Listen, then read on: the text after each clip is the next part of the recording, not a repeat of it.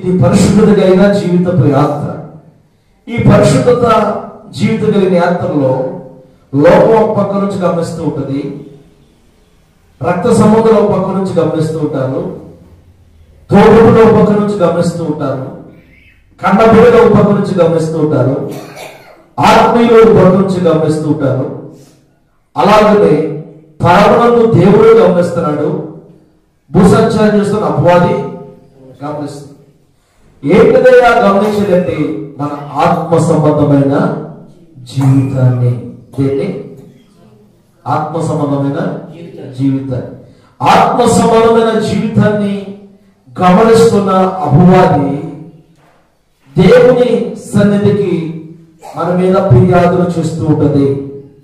మన మీద ఫిర్యాదులు చేసే అవకాశం ఏముంటుందంటే సాతానికే ఉంది. అయితే దేవుని పిల్లరా, ఏబు ఎప్పుడు ఎక్కడ తప్పు చేయలేదు, ఏబు ఎక్కడ పొరపాటును కూడా పాపం చేయలేదు. అయితే ఏబు జీవితంలోకి శ్రమలు ఎలాగొచ్చినాయి, ఎప్పుడు ప్రారంభమని, ఎందుకు ప్రారంభమని చూస్తే ఆ జీవితంలో ఏబు సన్నిధి దేవుని దృష్టికి యథార్థంగా ఉన్నది. ఏబు ఇల్లు దేవుని దృష్టికి నమ్మకంగానే ఉంది. కానీ ఏబు విషయమై దేవుడు ఎవరిని అడిగాడు? అపవాదైన సాతాను అడిగాడు.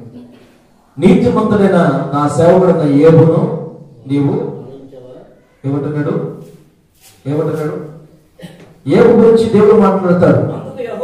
అందుకు యెహోవా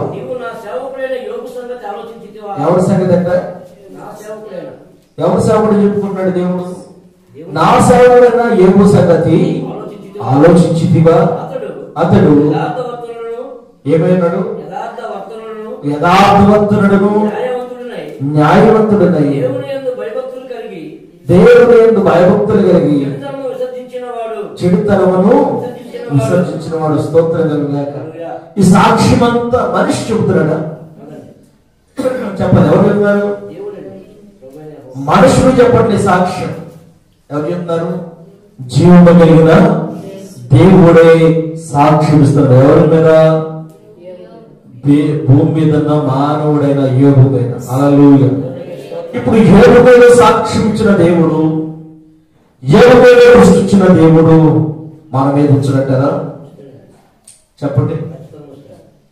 యోబు మనగలాగా మనిషి, యోబు కూడా మనగలాగా భూమి మీదకి వచ్చినవాడే, రక్త మాంసంతో జన్మించిన వాడే. యోబు మనగలాగానే సర్వగుణం కలిగి ఉన్నాడు. యోబు కూడా జీవితంలో దేవుడిని నమ్ముకున్నాడు. ఆయన యెహోవాను ఆశ్రయించాడు. ఆయన ఆశ్రయించిన కాడి నుంచి ఆయనకు తెలిసిన మార్గం ఏదైనా ఉందంటే సత్యం. హల్లెలూయా. ఆయన వాళ్ళకు మార్గం తెలియగా ఆయనకు తెలిసింది ఏకైక మార్గం ఏదైనా ఉందంటే యథార్థత. యథార్థవంతుడు